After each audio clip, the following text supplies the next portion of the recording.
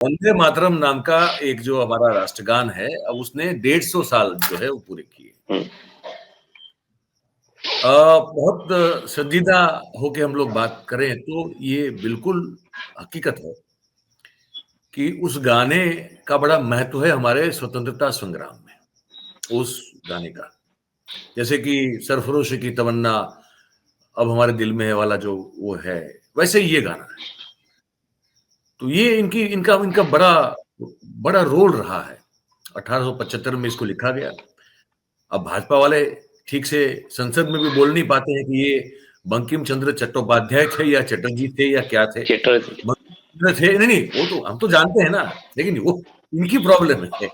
इनको तो ये भी नहीं पता है कि बंकिम दास थे, बंकिम बाबू थे, बंकिम चंद्र थे या क्या थे। चटर्जी की बात तो बाद में आती है, फिर चटर्जी हो जाता है, चट्टोपाध्याय हो जाता है। ये लोग संसद में खड़े होके, जिनको पता तक नहीं है कि जिस महान लेखक ने और कवि ने इसको लिखा था उसका सही नाम क्या है, ये लोग निकले हैं इस गाने के 150 साल मनाने के लिए।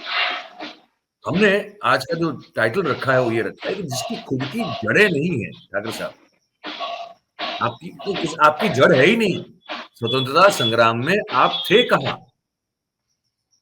जहां जड़ ही नहीं है आपकी, वहां दूसरों की जड़ों में आप दीमक खोजने के लिए निकले हैं। 150 साल मनाते हैं, अच्छी बात है, लेकिन उसके पीछे 10 घंटे की संसद में बहस। भाई साहब, साफ साफ बताइए ना कि बंगाल का चुनाव आ रहा है, पिछली बार आपने नकली टैगोर बनने की कोशिश की थी, नहीं चला। अब आप जो है बंकिम चंद्र चटर्जी के इस गाने को उस पर जो है विवाद खड़ा करना चाहते हैं। एक सीधी बात बताइए ना कि बंगाल के चुनाव को लेकर हमको नौटंकी करना है। अब नौटंकी करना है तो आपकी फितरत है, नौटंकी कीजिए। संसद में 10 घंटा इसके पीछे काहे बिगाड़ मतलब खराब करते हैं भाई, ये समझ में नहीं आता। और बहुत लंबे अरसे के बाद, बहुत कम मतलब पिछले 10-12 सालों में तो क्या हो गया है ठाकर साहब की संसद में दिए जा रहे जो निवेद भाषण है, उसका स्तर तो इतना गिरा हुआ है कि बहुत कम अच्छे भाषण आपको सुनने को मिलते हैं। प्रियंका गांधी का जो कल का उनका जो स्पीच रहा जो संसद में, ठाकर साहब, वो अद्भुत था। वो पॉलिटिकल भी था, वो एकेडमिकल भी था, वो हिस्टोरिकल तथ्य और साक्ष्य के साथ भी था, और वो काफी अपीलिंग भी था। हर चीज थी उसमें कल। और उन्होंने मतलब मोदी साहब की जो असली सही नीयत है, तो नीयत क्या है आपकी? नीयत तो यही है कि आपको तो नौटंकी कर दी है, बाकी आपको आपके लोगों को ठीक से पता भी नहीं है। अरे मोदी साहब जो है वो कल पंबल मार दिए 2-3। गुरु तेग बहादुर, हमारे सिख के गुरु तेग बहादुर की जो 150वीं जन्म जयंती है, अब उसमें वो तेग बहादुर जी का नाम ठीक से नहीं ले पाए, ऐसे तो फंबल लगाते हैं वो। अब ये लोग निकले हुए हैं भाई साहब कि हम 10 घंटा चर्चा करेंगे, और अब ये दिखाने की लगा मतलब हम कैसे भी करके इसमें से दिमक खोजेंगे, अब जो है नहीं कहीं। और प्रियंका गांधी ने बड़ा सही कह दिया कि हम तो 1905 से हर अधिवेशन में वंदे मातरम जो है हमारे यहाँ तो बजता है, गाया जाता है। आपके लोगों को तो उसके लेखक का नाम भी ठीक से नहीं पता है। तो ये बड़ी ये हम हमारे दर्शकों के लिए आपसे समझना चाहेंगे, और हम लोग आपस में चर्चा भी करेंगे कि ये कितना जरूरी था। एक तो इसके पीछे 10 घंटे का वो करना, आप हर जगह वंदे मातरम का वो करवा रहे हैं, बजवा रहे हैं। अच्छा, राज्यसभा में तो आपने बोलने से मना कर दिया है।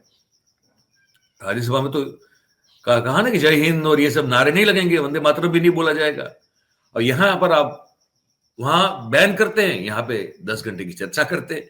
और आपका मकसद क्या है? तो हुमायूं कबीर को खड़ा कर रहे हैं, कह रहे हैं कि तुम वहां बाबरी मस्जिद बनाओ, तुमको सब पैसा वैसा मिलेगा, और तुम जो है वहां और एक नैरेटिव बढ़िया सा इस बार खड़ा करो कि देखो सभी मुसलमान जो अराउंड 30-35% ऑफ पॉपुलेशन है बंगाल की, वो हुमायूं कबीर के साथ चले गए, या तो ओवैसी साहब के पास को चले जाएंगे, तो ममता बनर्जी को वोट नहीं मिलेगा और फिर बीजेपी सत्ता में आएगी। तो ये नैरेटिव तो अभी से आप खड़ा करने की कोशिश कर रहे हैं। जिन मुद्दों पर चर्चा होनी चाहिए, सदन किसके लिए है, प्रियंका गांधी ने अपने भाषण में ये बात भी की, ये सदन जो विमर्श करने के लिए है, उसके अलावा सारी चीजें इस सदन के अंदर हो रही है।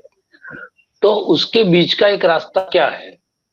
तो वो रास्ता भी प्रियंका गांधी ने सुझाया कि भाई आप तय कर दीजिए 24 घंटे, 48 घंटे, 72 घंटे, आप नेहरू पर या कांग्रेस पर जो भी जितनी भी आलोचना करनी है, जैसे आपने अपने ऊपर दी गई गाली की एक सूची बनाई थी, ऐसी एक सूची बनाइए कि भी इतने अपराध है और जितनी चर्चा करनी है एक बार में खत्म कर दीजिए।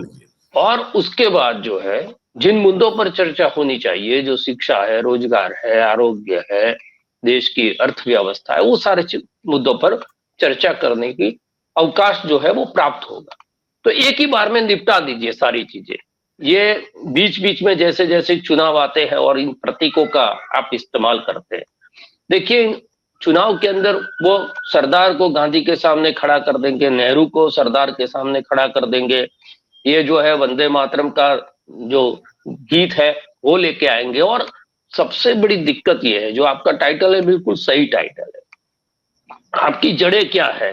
तो आपकी जड़ें, अगर आपको वंदे मातरम से इतनी मोहब्बत थी, 1930 में ये वंदे मातरम जो है वो नारा गली गली में जब गूंज रहा था, 1925 में जब राष्ट्रीय स्वयंसेवक संघ की स्थापना हुई, तो राष्ट्रीय स्वयंसेवक संघ की शाखाओं में वंदे मातरम गाया जाना चाहिए था।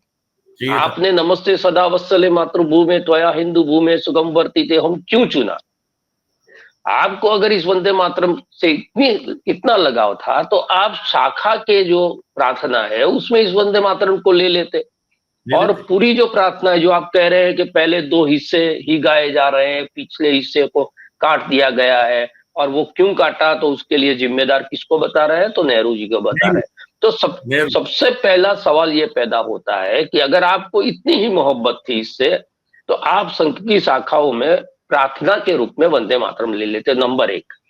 दूसरी चीज, जब जनगण मन और वंदे मातरम दोनों के बीच में और भी बहुत सारी ऐसे कविताएं थी जिसको कॉन्स्टिट्यूशनल जो एक एकेडमिक कमेटी बनाई गई उसमें आमंत्रित किया गया, भाई सभी लोग उसको भेजो, उसमें से जो तय होगा उसको हम राष्ट्रगीत के रूप में हम लेंगे। और उस कमेटी में अकेले नेहरू थे।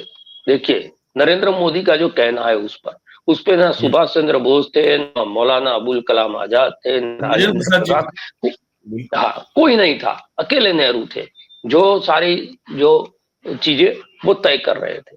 तो आप जब नेहरू पर ये आक्षेप करते हो तो उनके साथ उस कमेटी में जुड़े हुए सुभाष चंद्र बोस पर भी, जो आपकी बंगाल की राजनीति के लिए जरूरी है,